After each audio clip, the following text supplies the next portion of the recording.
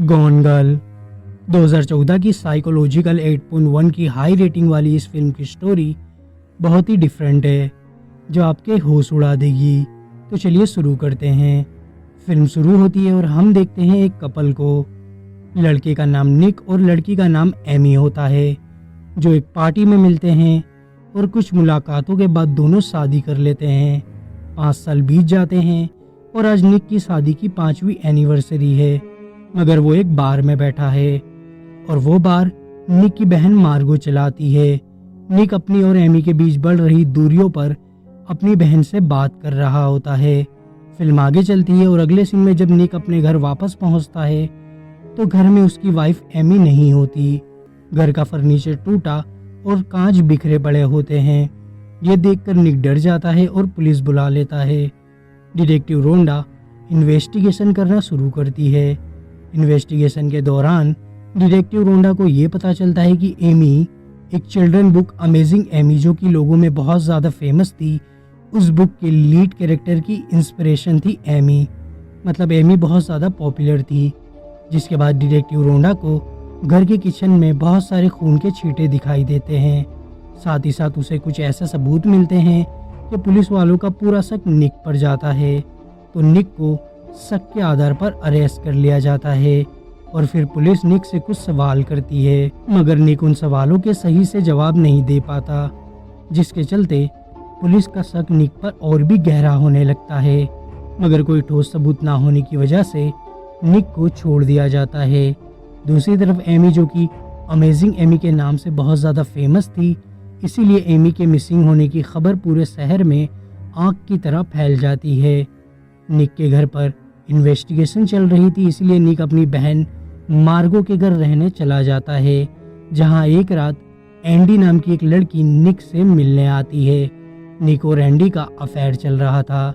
निक की बहन मार्गो दोनों को एक साथ देख लेती है और निक पर गुस्सा करने लगती है और उससे कहती है कि अगर तुम्हारे अफेयर की खबर पुलिस वालों को चल गई तो तुम और भी बड़ी मुसीबत में पड़ सकते हो, क्योंकि पुलिस वालों को पहले से तुम पर शक है। जिस पर निक कहता है कि वैसे भी वो एमी को डिवोर्स देने वाला था, क्योंकि उन दोनों में बिल्कुल भी नहीं बनती थी। और यहाँ पर फिल्म में काफ़ी सारे फ्लैशबैक चलते हैं और हमें पता चलता है कि निक और एमी पहले न्यूयॉर्क सिटी में रहते थे, मगर निक की बीमार माँ की देखभाल करने के लिए वो लोग न्यूयॉर्क सिटी से निक के होम टाउन मिसूरी में शिफ्ट हो गए थे। जिसके बाद निक और एमी के रिश्ते में दूरियां बढ़ने लगी थी। निक को पैसों की ज़रूरत थी तो एमी ने निक को अपने पैसों से एक बार खोल के दिया था। उस बार को निक अपनी बहन मार्गो के साथ चलाता था। एमी ने निक के लिए इतना कुछ किया था, मगर फिर भी निक की नज़र में एमी की कोई भी इज्जत नहीं थी। एमी एक बच्चा चाहती थी, मगर निक उसके लिए भी तैयार नहीं था। वो हमेशा एमी को इग्नोर करता था और यहाँ तक कि उसने एक बार एमी पर हाथ भी उठाया था, जिसके चलते एमी निक से डरने लगी थी और उसने एक गन भी खरीदी थी अपनी हिफाजत के लिए। और ये सब बातें एमी ने एक डायरी में लिखी थी और वो डायरी डिटेक्टिव रोंडा के हाथ लग जाती है। साथ ही साथ इन्वेस्टिगेशन के दौरान डिटेक्टिव रोंडा को ये भी पता चलता है कि एमी प्रेग्नेंट थी, मगर निक को इस बारे में कुछ भी पता नहीं होता। मीडिया वाले निक को एक साइकोपैथ बताते हैं और उसे बहुत बुरा भला कहते हैं, जिसके चलते निक की बहुत ज़्यादा बदनामी होती है। फिल्म आगे चलती है और दूसरी तरफ हमें पता चलता है कि एमी तो अभी भी जिंदा है। वो कैंपस ग्राउंड में छुप कर रह रही है। उसने अपना लुक पूरी तरह से बदल लिया है ताकि कोई उसे पहचान ना सके। अब सवाल ये आता है कि एमी ने ये सब क्यों किया। तो एमी को निक के अफेयर के बारे में पता चल गया था। साथ ही साथ उसे ये भी पता चल गया था कि निक उसे डिवोर्स देने वाला है। इसीलिए एमी निक से बदला लेने के लिए एक प्लान बनाती है अपने मर्डर के चार्ज में निक को फंसाने का। एमी इस प्लान को बहुत ही डिटेल और ध्यान से बनाती है ताकि वो ये साबित कर सके कि निक ने ही उसका मर्डर किया है।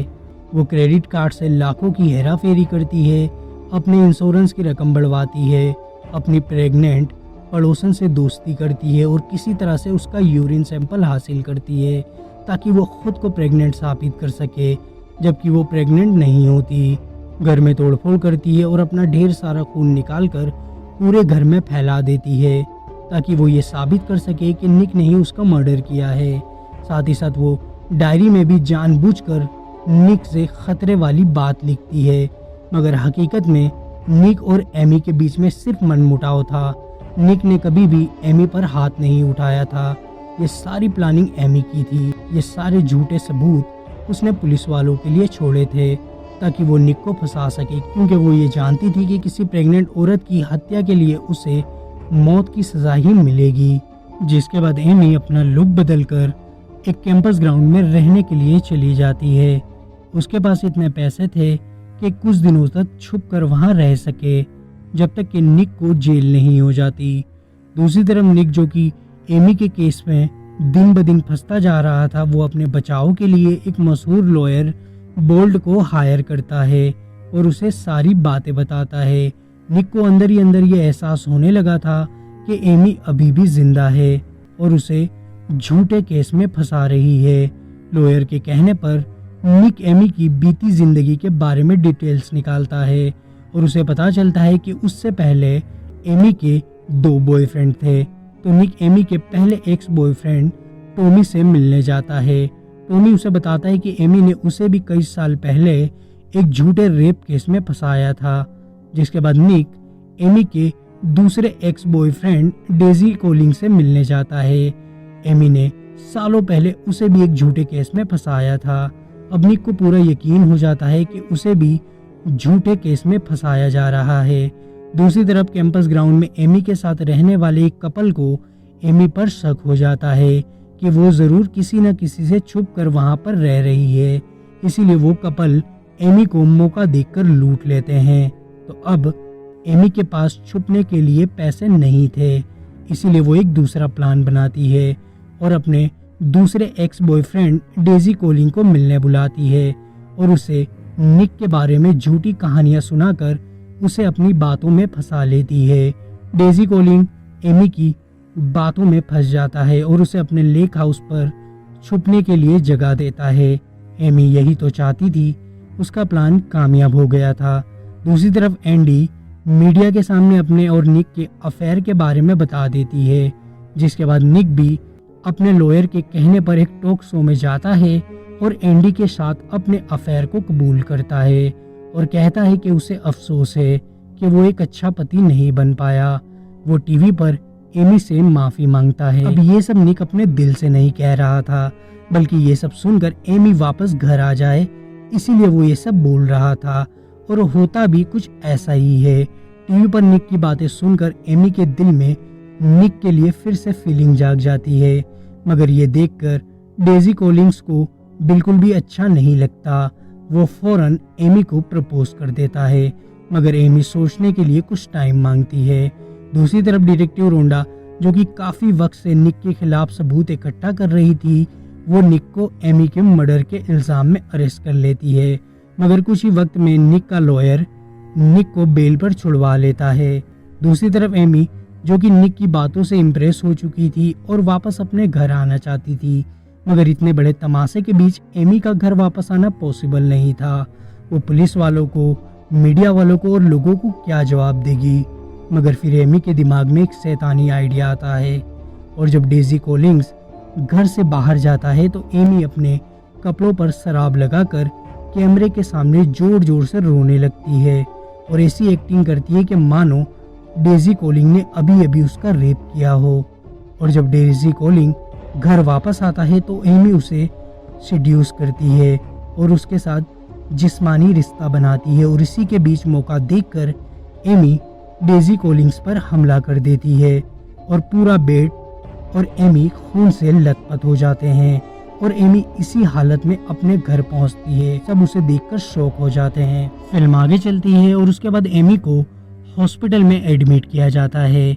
FBI वाले एमी से पूछताछ करते हैं तो एमी बयान देती है कि डेजी कोलिंग्स ने उसे किडनैप किया था और उसके साथ रेप किया था, इसलिए उसने सेल्फ डिफेंस में डेजी कोलिंग्स को मार दिया। FBI वाले एमी पर यकीन कर लेते हैं क्योंकि डॉक्टर ने ये कंफर्म किया था कि एमी का रेप हुआ है और मिसिंग एमी का केस यहीं पे खत्म हो जाता है। फिल्म आगे चलती है और एमी हॉस्पिटल से घर आती है और निक को सारी सच्चाई बताती है और उससे कहती है कि वो उसके लिए वापस आई है। उसे वो वाला निक चाहिए जो टीवी पर उसके लिए गिड़गिड़ा रहा था। निक समझ जाता है कि एमी जिंदगी भर उसे अपनी उंगलियों पर नचाना चाहती है।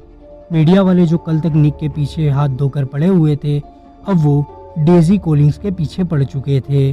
उस टाउन के लोग एमी को हीरो मानने लगे थे।